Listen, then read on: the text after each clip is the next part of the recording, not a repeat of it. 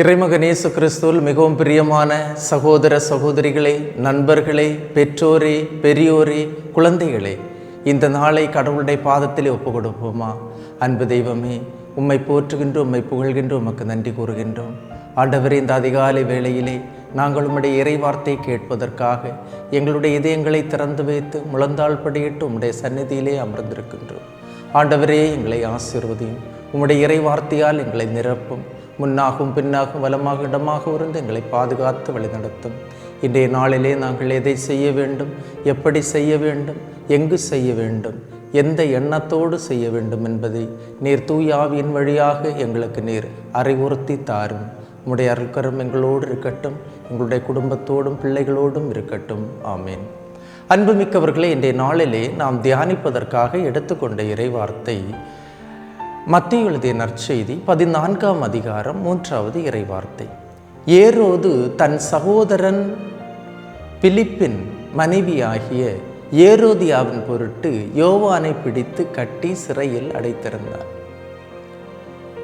ஆண்டவர் இயேசுவின் வழியை ஆயத்தம் செய்ய வந்த திருமுழுக்கு யோவானிடம் இருந்த முக்கிய பண்புகள் தைரியம், நேர்மை, உண்மை, எளிமை, கடவுள் பயம். இவை அனைத்தும் அவருக்கு எங்கிருந்து கிடைத்தது? இறை வார்த்தை தந்த வெளிச்சமாக அது இருந்தது. பிலிப்பின் மனைவி ஏரோதியாவை வைத்திருப்பது முறையல்ல என்று ஏரோதுக்கு எதிராக அவர் சொல்லக்கூடிய அந்த தைரியம், அன்புமிக்கவர்களே, அந்த தைரியம்தான் இறை வார்த்தை, கடவுளின் வார்த்தை அவருக்கு தந்த தைரியம். ஏனென்றால் அவர் அப்பழுக்கின்றி இறை வார்த்தையை கடைபிடித்தார் என்பதற்கு ஒரு முக்கிய சான்றாக இருக்கின்றது. நற்செய்தியின் உண்மையை தனது வாழ்வில் முழுமையாக கடைபிடித்தார்.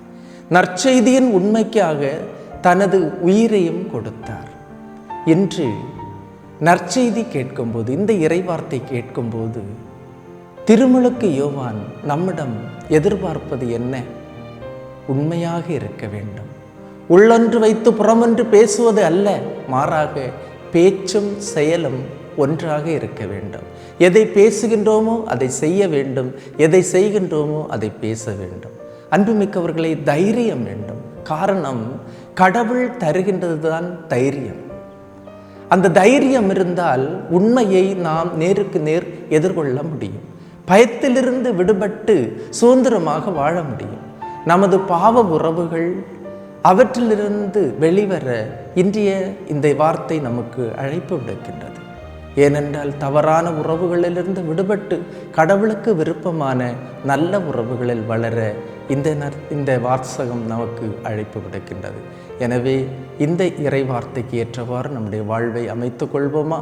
ஆண்டவர் நம்மை ஆசீர்வதிப்பார். எல்லாம் வல்ல இறைவன், தந்தை, மகன், தூய ஆவியார் உங்களையும் உங்கள் குடும்பத்தையும் நிறைவாய் ஆசீர்வதிப்பாராக. ஆமேன். இயேசுவுக்கே புகழ், இயேசுவுக்கே நன்றி. மரியே வாழ்க.